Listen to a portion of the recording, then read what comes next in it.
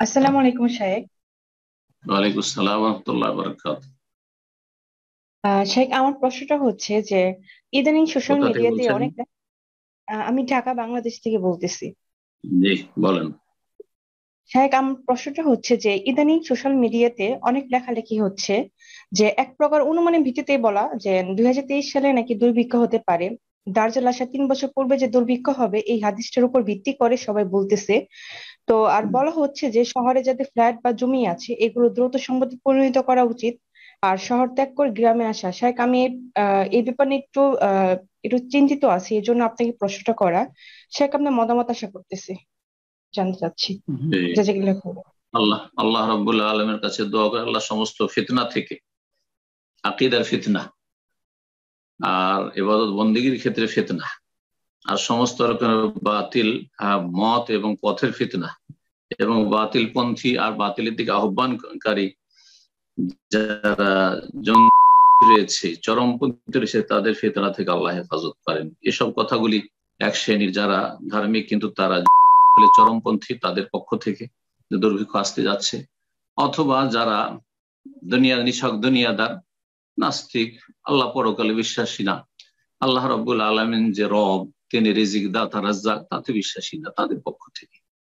সুতরাং এসব কথায় একজন মুমিন, যে ব্যক্তি ইমানদার, যে ব্যক্তি মুত্তাকি, আল্লাহকে ভয় করে, যে ব্যক্তি আল্লাহর উপর ভরসা রাখে, ওয়া আলাল্লাহি ফালিয়াতাওয়াক্কালিল মুমিনুন, প্রত্যেক মুমিন যেন আল্লাহর উপরই ভরসা রাখে।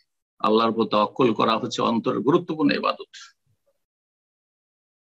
তারপরে ওমাইয়া তাওয়াক্কাল আলাল্লাহি ফাহুয়া হাসবুহ, আল্লাহ সূরা তালাকে বলছেন যে যারা আল্লাহর উপর ভরসা করবে আল্লাহ তাদের জন্য যথেষ্ট হবে। আল্লাহর উপর ভরসা করুন। আর মানুষ শয়তান, জিন শয়তানের ওয়াসওয়াসা আর এসব আপনার যে যেসব ভবিষ্যৎবাণী করা হচ্ছে, যারা গায়েব জানেন আল্লাহ ছাড়া, তারা এসব ভবিষ্যৎবাণী করছে, তাদের অনিষ্ট থেকে আল্লাহ আপনাদের আমাদের সকলের হেফাজত করেন। আরেকটি গুরুত্বপূর্ণ কথা বলবো, সেটা হচ্ছে আল্লাহ সম্পর্কে সুধারণা রাখা ফরজ। আনা ইনদা জান্নে আবদি বি, হাদিসে কুদসি, আমি আমার বান্দা আমার সম্পর্কে যেমন ধারণা করে তেমনটাই করে থাকি। ফালিয়াজুন্নু বিমা শাআ, সুতরাং আমার সম্পর্কে যেমন ইচ্ছা তেমন ধারণা করুক। তারপরে রাসূলুল্লাহ সাল্লাল্লাহু আলাইহি ওয়াসাল্লামের এও হাদিস রয়েছে যে আল্লাহ সম্পর্কে আল্লাহ বলছেন হাদিসে কুদসি যে আমার সম্পর্কে ভালো ধারণা রাখো। জি, জি। ভালো ধারণা হচ্ছে যে আল্লাহ রাব্বুল আলামিন আমাদের দুনিয়া আখিরাতের অনিষ্ট করবেন না।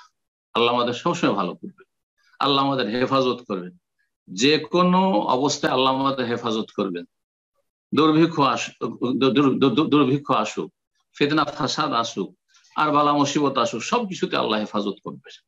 দুনিয়ার অবস্থা যেরকমটাই হোক না কেন আল্লাহ আমাদের হেফাজত করবে। এটা হচ্ছে আল্লাহ সম্পর্কে হুসনে জান, সুধারণা, যেটা ফরজ।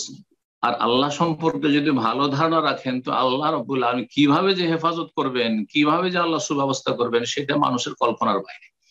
ওয়ায়ারযুকুহু মিন হাইসু লা ইয়াহতাসিব, এমন ক্ষেত্র থেকে আল্লাহ রিজিকের ব্যবস্থা করে দেবেন এবং বিপদ মুক্ত করবেন যে মানুষ কল্পনা করতে পারে না। কোরআন কারীমের কথা, সূরা তালাকের কথা।